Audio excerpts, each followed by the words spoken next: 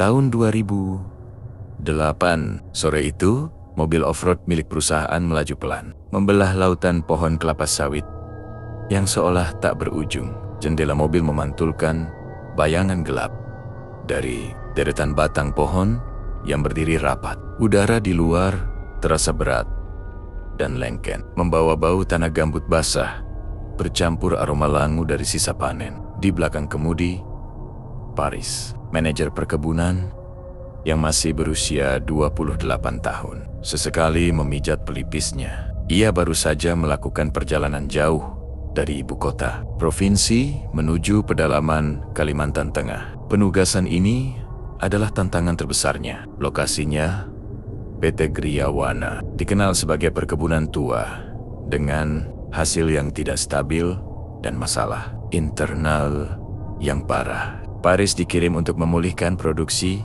yang terus menurun. Di sebelahnya sang istri, Mona, menoleh dengan ekspresi cemas. Ia tidak pernah menyukai gagasan pindah ke tempat yang terisolasi, di mana sinyal ponsel hampir tidak ada. "Mas, tempat ini benar-benar terpencil," kata Mona pelan. "Sepanjang jalan, kita hanya melihat pohon, tidak ada kehidupan." Paris berusaha memberikan senyum, meyakinkan. "Ini sementara, sayang. Kalau aku berhasil membalikan keadaan di sini, posisi dan karirku akan naik signifikan. Kita hanya perlu bertahan sebentar. Lagi pula, perusahaan menjamin ada fasilitas dasar di kompleks mes." Paris teringat pada manajer lama yang ia gantikan, Pak Hadi, yang tiba-tiba pensiun dini. Surat perpisahannya hanya berisi 2 kalimat aneh. "Jaga dirimu baik-baik dan jangan berjalan sendirian menjelang maghrib." Paris menganggapnya sebagai nasihat orang tua yang terlalu khawatir. Ketika senja mulai turun, mereka tiba di kompleks perumahan karyawan atau base camp. Tempat itu sunyi, hanya ada beberapa barak kayu yang terlihat usang, sebuah kantor kecil dengan cat mengelupas, dan sebuah mes yang terletak agak terpisah. Di dalam mes, suasana terasa dingin, meski suhu luar masih panas. Mereka menemukan perabotan diselimuti debu tebal. Segera setelah itu, seorang mandor tua dan kurus, Pak Kasman, datang menyambut mereka. Wajah Pak Kasman terlihat keras, dan senyumnya terasa dingin. "Selamat datang, Pak Paris, Bu Mona," sapa Pak Kasman dengan suara serak. "Sudah lama kami tidak menerima manajer baru. Kami harap Bapak betah." "Terima kasih, Pak Kasman. Saya Paris.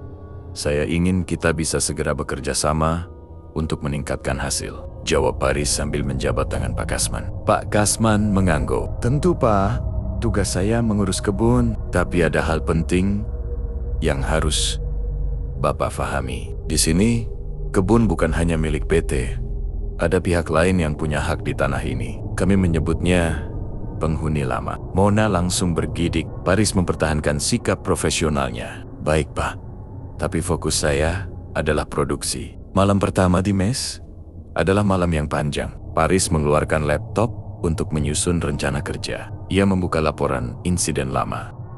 Data menunjukkan adanya pola aneh. Panen selalu anjlok drastis setelah terjadi penemuan. Paris memeriksa lebih lanjut. Laporan insiden kebanyakan berupa kecelakaan kerja biasa. Namun, ada satu bagian yang disensor tebal, hanya menyisakan tanggal 17 Juni 2007 dan 29 November 2007. Di samping tanggal-tanggal itu, dengan tulisan tangan yang bergetar, tertulis satu kata, "hilang." Saat Paris tengah fokus membaca, Mona tiba-tiba berteriak dari dapur, "Mas, cepat lihat ini!" Paris bergegas menghampiri. Mona berdiri di depan jendela dapur yang tertutup rapat, menghadap ke kebun. Di tengah lapisan embun tipis pada kaca, terukir jelas sidik jari besar yang basah, seolah dicapkan dari luar dengan lumpur atau cairan kental. Jendela itu hampir 2 meter dari tanah. Ketika Paris menyalakan lampu luar, ia hanya melihat gelapnya barisan sawit dan keheningan yang mencekik. Lalu, sebuah bisikan samar terbawa angin, terdengar seperti suara anak kecil yang memanggil tanpa emosi, "Pulang, pulang." Mona memeluk suaminya, menangis. "Kita harus segera pergi dari sini. Tempat ini tidak aman." Paris sadar. Masalah di perkebunan ini jauh lebih gelap daripada sekadar laporan produksi. Pagi hari, di perkebunan sawit, membawa sinar matahari yang samar-samar menembus celah-celah daun. Namun, kelegaan yang dirasakan Paris hanya sebentar. Malam yang menakutkan itu masih membekas. Paris segera memulai inspeksi lapangan. Ia didampingi oleh Pak Kasman dan Mandor Udin, seorang pekerja parubaya yang tampak lebih ramah, namun matanya menyimpan rasa waspada yang mendalam. Pak Kasman, semalam ada sidik jari aneh di jendela mes, ujar Paris sambil berjalan. Ia berusaha membuat nadanya terdengar seolah itu hanyalah lelucon. Pak Kasman tidak menoleh. Itu hal biasa, Pak. Kadang biawak suka naik. Perkebunan ini dekat dengan hutan primer. Jawaban itu terasa hambar dan tidak meyakinkan bagi Paris. Ia memutuskan mengalihkan fokus ke kebun. Sebagai manajer, Paris segera melihat kejanggalan pada tata letak. Perkebunan ini luas, tetapi ada satu sektor yang ditandai sebagai blok C12 yang terlihat sangat terawat. Pohon-pohon di sana ditandai sebagai area panen sering, padahal lokasinya paling dekat dengan batas hutan dan seharusnya memiliki tanah yang kurang ideal. Blok-blok di sekitarnya, seperti blok B11, justru tampak layu dan berlumpur. Kenapa blok C12 ini begitu berbeda, Pak Kasman? Tanya Paris, mengeluarkan peta digital. Menurut data satelit, tanah di sini seharusnya kurang subur. Kenapa justru disinilah panennya selalu maksimal? Pak Kasman mendadak menghentikan langkahnya. Wajahnya menegang. Itu blok andalan, Pak. Tanah di sana bagus sekali. Kami tidak tahu kenapa, tapi hasilnya selalu melimpah. Mandor Udin yang sedari tadi diam, tiba-tiba berbisik. Jangan terlalu banyak bertanya soal blok C12. Pak, kami punya cerita di sana. Pak Kasman menatap tajam Mandor Udin. Mandor Udin segera menunduk. Cerita apa, Pak Udin? Saya perlu tahu. Saya manajer di sini, desak Paris. Pak Kasman menghela napas panjang. Baiklah, Pak. Dulu, di area blok C12 ini adalah pemukiman. Sekitar tahun 90-an, saat pembebasan lahan, ada sebuah tragedi. Satu keluarga, ayah, ibu, dan 2 anak kecil, hilang tanpa jejak saat proses pembebasan itu. Sejak saat itu, siapapun yang masuk ke sana merasa diawasi. Alat sering hilang, dan beberapa pekerja pernah diserang. Tapi, hasil panen di blok itu selalu bagus. Kami punya aturan tidak tertulis. Jangan pernah mengambil panen berlebihan, dan jangan masuk ke sana setelah pukul 5 sore. Jika dilanggar, dia akan marah. Malam harinya, Paris kembali ke laporan Pak Hadi, menyadari bahwa tanggal insiden hilang selalu bertepatan dengan masa panen raya blok C12. Saat ia sedang mempelajari peta monumen dekat. Mas, tadi sore aku bicara dengan beberapa istri pekerja. Mereka semua melarangku mendekati sumur tua. Sumur itu sudah ditutup, tapi di sekitarnya mereka selalu menemukan mainan anak-anak. Mainan itu selalu berpindah tempat setiap pagi. Mona menunjuk ke peta digital Paris.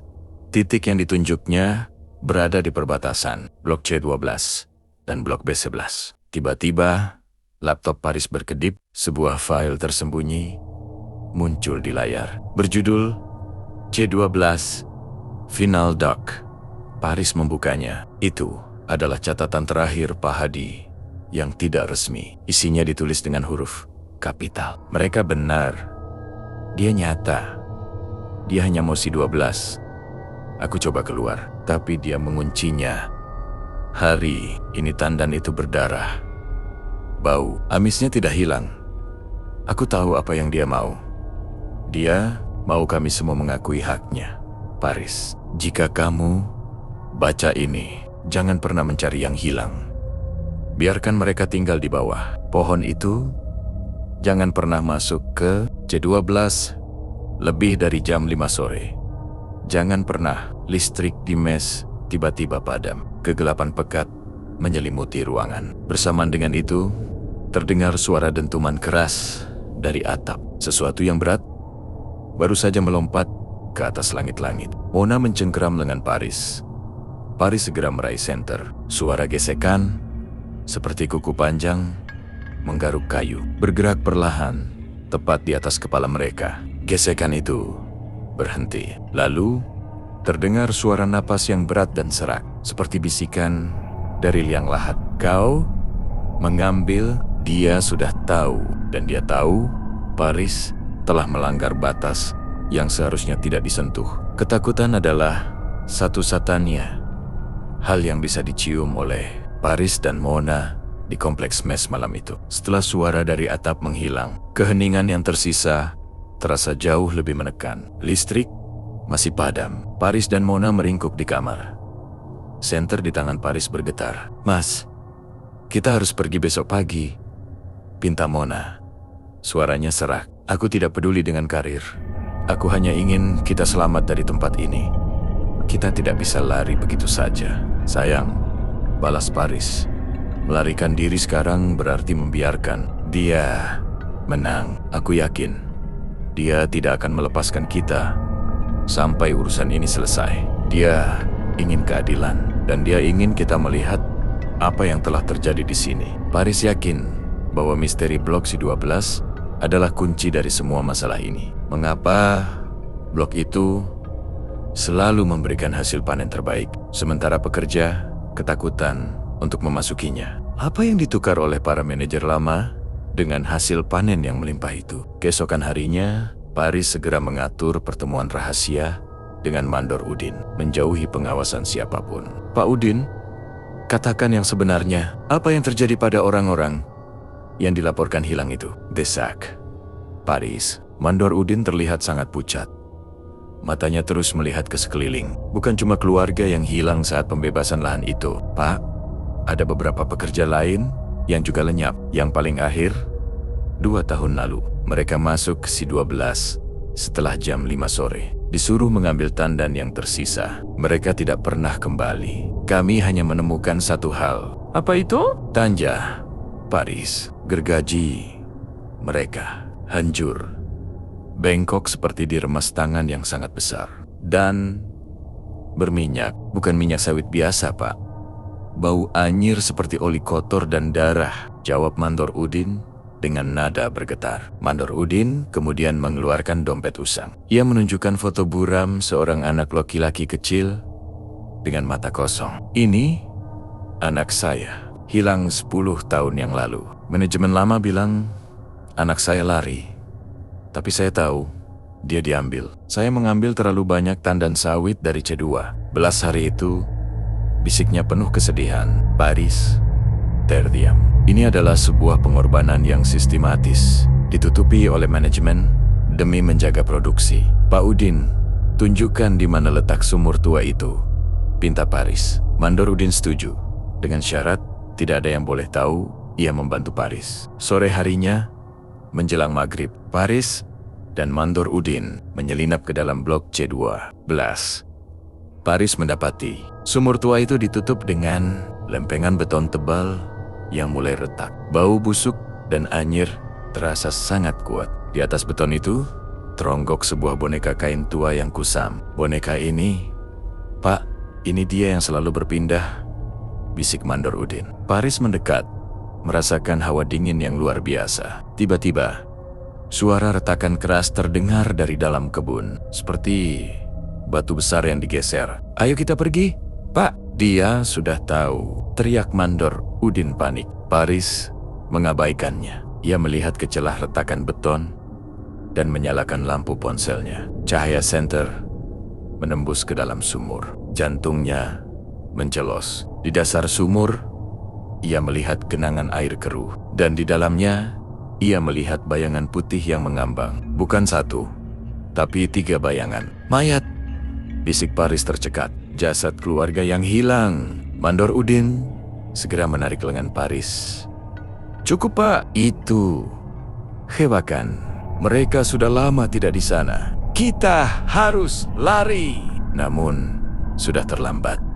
Dari kedalaman kebun sawit, bayangan gelap bergerak dengan kecepatan abnormal. Itu adalah sosok Sawit yang menjulang, kurus, dan diselimuti serat pelepah kering. Tampak seperti pohon berjalan. Sosok itu tidak mengejar, tapi ia meluncur. Sosok itu berhenti di tepi pohon sawit terbesar, yang tandanya berwarna merah kehitaman mengerikan. Dari tubuhnya, terdengar raungan yang mirip dua batu besar digesekkan. Kau mengambil yang bukan milikmu. Sesaat kemudian, Paris mendengar benturan logam dari arah mes. "Mona!" teriak Paris. Panik, istrinya dalam bahaya. Ketika mereka berhasil keluar, mereka melihat Pak Kasman berdiri tegak di depan mes dengan parang di tangan. Wajahnya penuh kekejaman dingin. Di tanah, tergeletak tas kerja Paris. Dan di sampingnya, adalah boneka kain kusam yang tadi ada di atas sumur. Mona telah mengambilnya. "Kau tidak seharusnya melihat blok C12 Paris," kata Pak Kasman datar. "Kau melanggar perjanjian." Sekarang, dia marah. Dan dia akan mengambil yang paling berharga. Tiba-tiba, suara gesekan mengerikan terdengar dari belakang Pak Kasman. Sosok Sawit itu sudah tiba. Jauh lebih cepat. Situasi di depan mes berubah menjadi kekacauan total. Para pekerja yang tadinya berdiri bersama Pak Kasman lari tercerai-berai, menjerit ketakutan melihat kedatangan sosok Sawit yang menjulang. Hanya Pak Kasman yang tetap berdiri, seolah membatu menjadi persembahan bagi kengerian itu. Paris menyadari peran Pak Kasman bukan sekadar menjaga perjanjian, melainkan sebagai pengawas dari kesepakatan gelap itu. "Kenapa Pak Kasman? Kenapa Bapak biarkan pembunuhan ini terus terjadi?" teriak Paris sambil menarik mandor Udin untuk berlindung di balik jeep. "Ketenangan, Paris. Perkebunan ini butuh ketenangan," balas Pak Kasman. Matanya memancarkan kegilaan. "Dia hanya minta blok C12.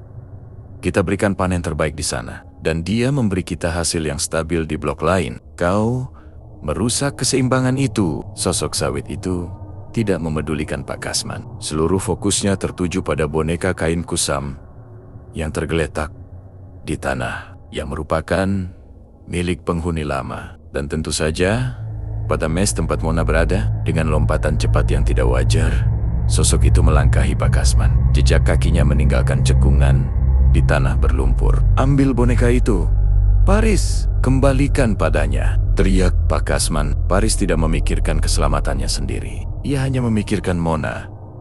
Ia berlari ke arah boneka itu ketika tangannya menyentuh kain tua yang kusam itu. Sebuah gambaran singkat dan tajam menyeruak di benaknya. Seorang anak kecil yang kedinginan dipaksa masuk ke dalam lubang gelap, diiringi suara bising traktor dan bau oli. Paris mengerti. Boneka itu adalah sisa energi, kunci untuk mengunci jiwa salah satu anak yang hilang, dan kini digunakan oleh sosok Sawit untuk menjaga hak atas blok C12. Sosok itu kini berdiri tepat di hadapan Paris. Bau busuk, amis, dan lumut basah menghantam indera penciuman Paris. Ia melihat sosok itu lebih dekat. Kulitnya dilapisi serat sawit tajam. Tangannya berakhir dengan cakar panjang yang menghitam. "Kau mengambil." Raung sosok itu lagi. Suaranya kini terdengar seperti lolongan kesakitan yang mendalam. Paris tidak mundur. Ia mengangkat boneka itu. "Aku tidak mengambilnya. Aku tahu siapa kau sebenarnya. Kau bukan iblis. Kau adalah jiwa korban. Kau menjaga tempat ini karena di sana di bawah sumur itu mereka menyembunyikan kalian." Paris berteriak mengarah ke sumur tua. "Panen itu hanyalah cara kalian menunjukkan keberadaan kalian. Kami akan membongkar sumur itu. Kami akan menguburkan kalian dengan layak. Biarkan kalian beristirahat." Sosok Sawit itu tiba-tiba mengeluarkan lengkingan yang mengerikan dan memilukan. Suara itu menggema, membuat daun-daun sawit di sekitarnya berguncang hebat. Sosok itu maju selangkah, dan Paris menutup mata, menunggu serangan. Namun, yang ia rasakan hanyalah hembusan angin dingin yang menusuk. Ketika Paris membuka mata, sosok Sawit itu telah menghilang, lenyap kembali ke dalam kegelapan blok C12. Keheningan kembali datang. Tiba-tiba, teriakan lain terdengar. Kali ini dari Pak Kasman. Pak Kasman yang tadinya berdiri tegak, ambruk ke tanah. Parang di tangannya terlepas. Ia mencengkeram dadanya. Wajahnya membiru. Dia melanggar perjanjian, bisik Pak Kasman sebelum tubuhnya kejong-kejong dan ia meninggal seketika di tempat. Mandor Udin berlari mendekat. Pak Kasman, kena hukuman. Pak. Paris berdiri kaku, memegang boneka itu. Sosok sawit itu telah mengambil korban karena perjanjiannya dilanggar. Mona berlari keluar mes dan memeluk Paris erat-erat. Apa yang terjadi, Mas? Aku sangat takut. Tidak apa-apa, sayang. Dia pergi. Tapi kita belum selesai, jawab Paris. Ia menatap blok C12. Paris tahu untuk mengakhiri misteri dan teror ini selamanya, ia harus membongkar sumur tua itu. Ia harus mengembalikan apa yang seharusnya dikembalikan. Ia harus memulangkan yang hilang. Kabar kematian Pak Kasman yang terjadi tepat setelah Paris berhadapan dengan sosok sawit menyebar cepat dan menimbulkan ketegangan luar biasa di kompleks perkebunan. Pekerja menganggap ini adalah hukuman telak karena Paris telah berani mencampuri urusan penghuni lama. Paris menggunakan ketakutan ini sebagai momentum. Ia mengumpulkan para pekerja dan berbicara dengan tegas.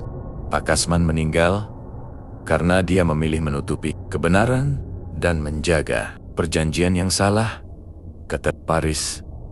Roh yang kalian takuti itu bukanlah iblis yang haus darah. Mereka adalah korban yang jiwanya terperangkap di tanah ini karena dikubur secara tidak layak. Mereka marah karena kita mengabaikan fakta pembunuhan di sumur tua itu. Paris tahu ia harus bertindak cepat sebelum ketakutan kolektif berubah menjadi kepanikan massal. Ia segera memerintahkan Mandor Udin untuk menyiapkan ekskavator kecil dengan alasan darurat untuk memperbaiki kerusakan parah di blok B11. Pak Udin, kita akan lakukan ini saat tengah hari, saat semua pekerja sedang sibuk di blok masing-masing dan matahari paling tinggi, bisik Paris. Kita tidak akan mengumumkan niat kita yang sebenarnya. Tepat pukul 11 pagi, Paris dan Mandor Udin mengarahkan ekskavator menuju batas blok C12. Setibanya di sumur tua, Paris meletakkan boneka kain kusam di atas beton penutup. Ia menundukkan kepala sejenak. Kami datang, kawan. Kami datang untuk memulangkan kalian, bisiknya. Mandor Udin, meskipun tubuhnya gemetar, mulai mengoperasikan mesin. Cakar ekskavator menghantam lempengan beton tebal yang menutupi sumur. Kakak, beton itu pecah. Bau anyir busuk yang jauh lebih pekat dan hawa dingin yang menusuk tulang menyeruak keluar dari lubang gelap. Paris mendekat, menyalakan senter. Di dasar sumur, di bawah lumpur tebal, terlihat jelas sisa-sisa perabotan rumah tangga dan yang paling mengerikan, tulang belulang yang hampir menyatu dengan tanah. Ia bisa melihat setidaknya 4 kerangka, salah satunya berukuran sangat kecil. Tolong, Pak Udin, angkat perlahan. Kita harus perlakukan mereka dengan hormat, pinta Paris. Saat ekskavator mulai menggali dengan sangat hati-hati, sebuah gemuruh besar tiba-tiba terdengar dari dalam kebun sawit.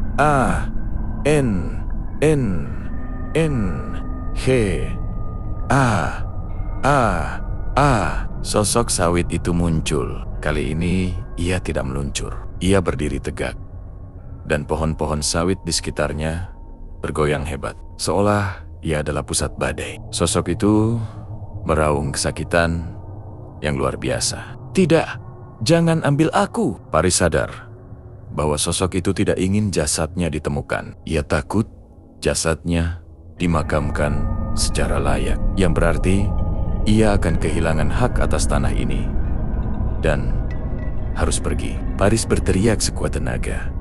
Suaranya mengalahkan raungan sosok itu. Kau harus pulang. Kau sudah terjebak di sini terlalu lama. Saatnya kau bebas. Ketika Mandor Udin berhasil menarik kerangka kecil kerangka Anaka atas tanah, sosok sawit itu jatuh ke tanah Dengan bunyi debuman, ia merangkak, berusaha menjangkau kerangka itu. Tetapi terlihat jelas, kekuatannya melemah. Dengan sisa tenaga, mereka berhasil mengangkat keempat kerangka itu ke atas. Di bawah kerangka, salah satu orang dewasa, Mandor Udin, menemukan lencana polisi tua yang berkarat. Ini bukan warga sipil, Pak.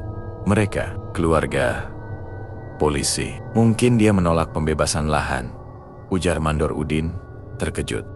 Saat kerangka terakhir diangkat, sosok sawit itu berhenti bergerak. Tubuhnya mulai mengeluarkan asap tipis, dan dalam sekejap, ia menyusut. Kulit serat sawitnya mengering, terlepas, dan yang tersisa di tanah hanyalah tumpukan lumut, serat pelepah, dan tandan sawit merah kehitaman yang sudah membusuk. Sosok itu telah menghilang. Paris mendekat. Di antara tumpukan busuk itu, ia melihat 4 mainan anak-anak yang kini terlihat bersih, diletakkan berdampingan. Ia mengambil boneka kain kusam yang tadi ia letakkan di sumur. Ia meletakkannya di samping kerangka kecil itu. Pulanglah. Pulanglah, kalian semua sudah boleh pulang sekarang. Berita tentang penemuan kerangka di Blok C2 belas segera menarik perhatian publik dan pihak kepolisian. Penyelidikan resmi dibuka. Lencana polisi tua yang ditemukan Mandor Udin menjadi bukti kunci. Keluarga itu memang adalah korban pembunuhan yang menentang praktik pembebasan lahan ilegal oleh manajemen perusahaan terdahulu. Mereka dibunuh dan dikubur di sumur itu agar rahasia mereka tidak terbongkar. PT Kriawana, perusahaan lama, menghadapi tuntutan hukum besar. Perusahaan Paris yang baru mengakuisisi konsesi segera bergerak cepat untuk membersihkan nama baik. Mereka setuju memberikan kompensasi besar kepada ahli waris yang berhak dan yang terpenting bagi Paris, mengizinkannya menindaklanjuti kasus ini sampai tuntas. Seminggu kemudian, kerangka keluarga Malang itu dikremasi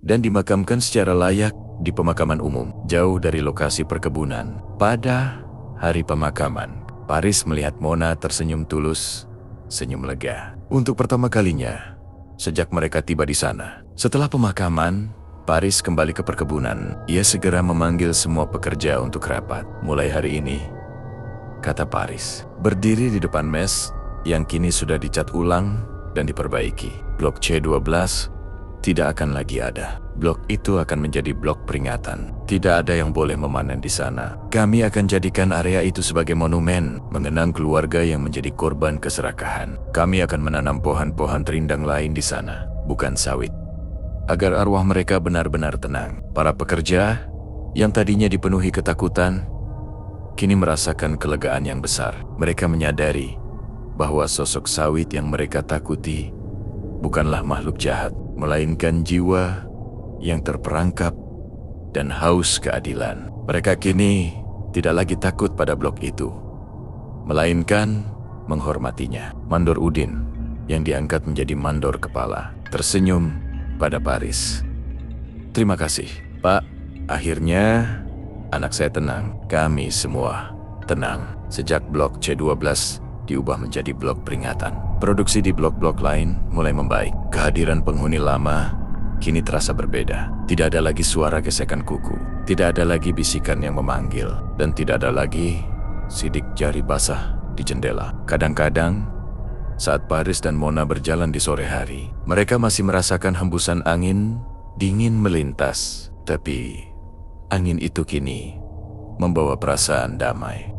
Paris berhasil menyelesaikan masa jabatannya di PT Kriawana. Ia berhasil meningkatkan produksi, memulihkan moral pekerja, dan yang paling penting, menyelesaikan konflik yang berakar pada tragedi masa lalu. Karirnya melesat, persis seperti yang ia harapkan, namun dengan bonus moral yang tak ternilai harganya. Sebelum meninggalkan perkebunan, Paris dan Mona mengunjungi blok peringatan. Di sana, di bawah pohon beringin muda yang baru ditanam, di tempat sosok sawit itu menghilang, mereka melihat sebuah ukiran kecil di atas batu. Di sini, mereka menemukan kedamaian. Ketika mereka berbalik untuk pergi, Mona berhenti. Ia menunjuk ke arah dondon sawit yang tersisa di blok peringatan. Mas, lihat di atas, salah satu pelepas sawit, terdapat sepotong kecil kain kusam dari boneka yang sudah dimakamkan. Di sebelannya tergeletak satu butir buah sawit yang matang sempurna. Warnanya kuning kemerahan, terlihat indah. Mona tersenyum. Mereka hanya ingin kita tahu bahwa mereka ada di sini. Mereka menjaga kita. Paris mengangguk. Ia tahu kebun sawit itu tidak lagi menakutkan. Ia akan selalu menjadi pengingat bahwa keadilan, cepat atau lambat, akan menemukan jalannya. Dan bahwa hantu yang paling mengerikan adalah hantu dari masa lalu yang belum terselesaikan.